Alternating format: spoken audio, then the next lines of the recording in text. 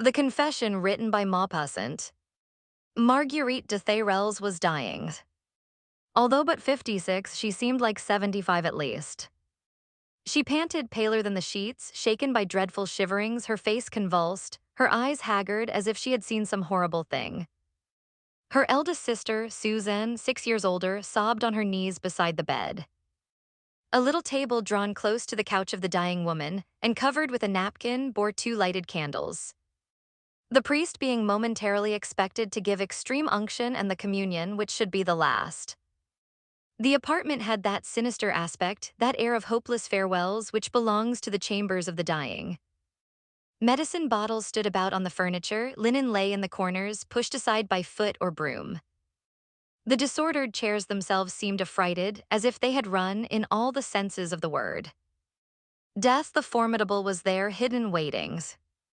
The story of the 2 sisters was very touching. It was quoted far and wide, it had made many eyes to weep. Suzanne the elder had once been madly in love with a young man who had also been in love with her.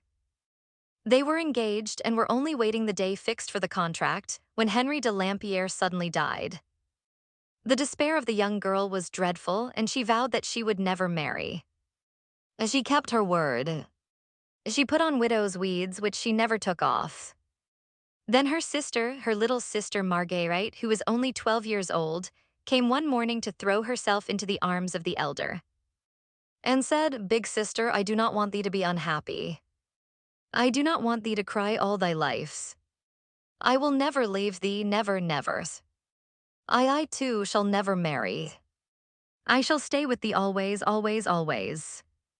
Suzanne, touched by the devotion of the child, kissed her but did not believe. Yet the little one also kept her word, and despite the entreaties of her parents, despite the supplications of the elder, she never married. She was pretty, very pretty. She refused many a young man who seemed to love her truly, and she never left her sister more. They lived together all the days of their life without ever being separated a single time.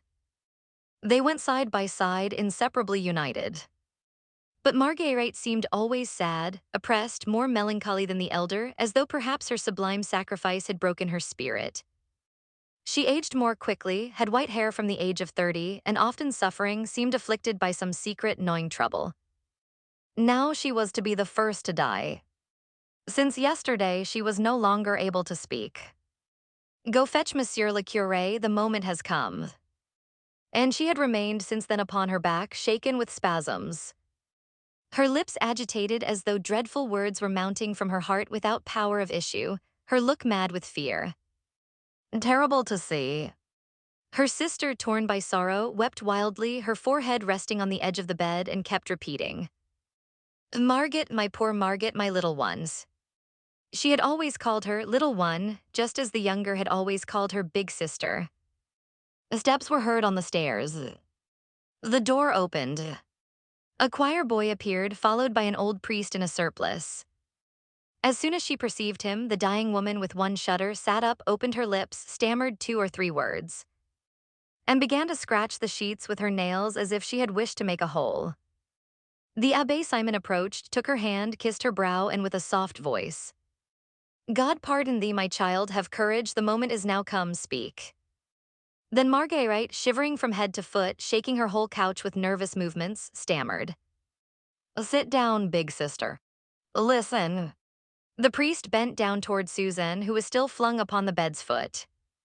"Lord my God, endue them with strength, cast thy mercy upon them." And Marguerite began to speak. The words issued from her throat one by one, raucous, with sharp pauses as though very feeble. "Pardon, pardon, big sister, oh, forgive. If thou knewest how I have had fear of this moment all my life." Suzanne stammered through her tears, "Forgive thee what, little ones? Thou hast given all to me, sacrificed everything, thou art an angel." But Marguerite interrupted her. "Hush, hush. Let me speak. Do not stop me. It is dreadful. Let me tell all, to the very end without flinching. Listen. Thou rememberest. Thou rememberest. Henry." Suzanne trembled and looked at her sister. "Thou must hear all to understand. I was 12 years old, only 12 years old, thou rememberest well, is it not so?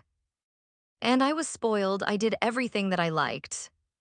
Thou rememberest surely how they spoiled me. Listen. The first time that he came, he had varnished boots. He got down from his horse at the great steps, and he begged pardon for his costume, but he came to bring some news to Papa. Thou rememberest, is it not so? Don't speak, listen. When I saw him, I was completely carried away. I found him so very beautiful. And I remained standing in a corner of the salon all the time that he was talking. Children are strange. And terrible. Oh, yes. I have dreamed of all that. He came back again. Several times. I looked at him with all my eyes, with all my soul. I was large of my age. And very much more knowing than anyone thought. He came back often. I thought only of him. Henry de Lampierre. Then they said that he was going to marry thee. It was a sorrow, oh big sister, a sorrow. A sorrow. I cried for 3 nights without sleeping. He came back every day in the afternoon after his lunch.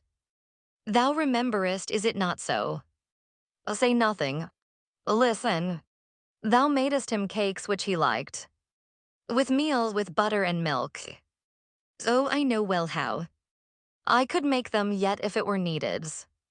He ate them at one mouthful, and then he drank a glass of wine, and then he said, it is delicious. Thou rememberest how he would say that. I was jealous. The moment of thy marriage approached. There were only 2 weeks more. I became crazy. I said to myself, he shall not marry Susan, no, I will not have it. It is I whom he will marry when I am grown up. I shall never find anyone whom I love so much.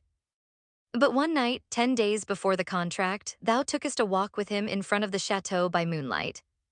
And there, under the great fir, he kissed thee. Kissed, holding thee in his 2 arms. So long. Thou rememberest, is it not so? It was probably the first time. Yes. Thou wast so pale when thou earnest back to the salon.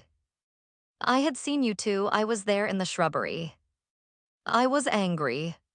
If I could, I should have killed you both. I said to myself, he shall not marry Susan, never. He shall marry no one's. I should be too unhappy. And all of a sudden I began to hate him dreadfully. Then dost thou know what I did? Listen. I had seen the gardener making little balls to kill strange dogs. He pounded up a bottle with a stone and put the powdered glass in a little ball of meat. I took a little medicine bottle that Mama had. I broke it small with a hammer and I hid the glass in my pocket. It was a shining powder. The next day, as soon as you had made the little cakes, I split them with a knife and I put in the glass. He ate 3 of them. I ate one. I threw the other 6 into the pond. The 2 swans died 3 days after. Dost thou remember? Oh, say nothing. Listen. I alone did not die. But I have always been sick. Listen. He died, thou knowest well. Listen. That is nothing. It is afterwards, later. Always. The worst. Listen. My life, all my life. What torture. I said to myself, I will never leave my sister. And at the hour of death, I will tell her all. Oh, there. And ever since, I have always thought of that moment when I should tell thee all. Now it is come. It is terrible. Though, big sister, I have always thought morning and evening, by night and by day, sometime I must tell her that. I waited. What agony. It is done. Say nothing. Now I am afraid. I'm afraid. Though I am afraid. If I am going to see him again soon when I am dead. See him again. Think of it. The first. Before thou. I shall not dare. I must. I am going to die. I want you to forgive me. I want it. I cannot go off to meet him without that. Oh, tell her to forgive me, Monsieur le Curé, tell her. I implore you to do it. I cannot die without that. She was silent and remained panting, always scratching the sheet with her withered nails. Suzanne had hidden her face in her hands and did not move. She was thinking of him whom she might have loved so long. What a good life they should have lived together. She saw him once again in that vanished bygone time, in that old past which was put out forever. The beloved dead, how they tear your hearts. Oh, that kiss, his only kiss. She had hidden it in her soul. And after it nothing more her whole life longed. All of a sudden the priest stood straight, and with a strong, vibrant voice he cried, Mademoiselle Suzanne, your sister is dying. Then Suzanne, opening her hands, showed her face soaked with tears, and throwing herself upon her sister. She kissed her with all her might, stammering, I forgive thee, little ones.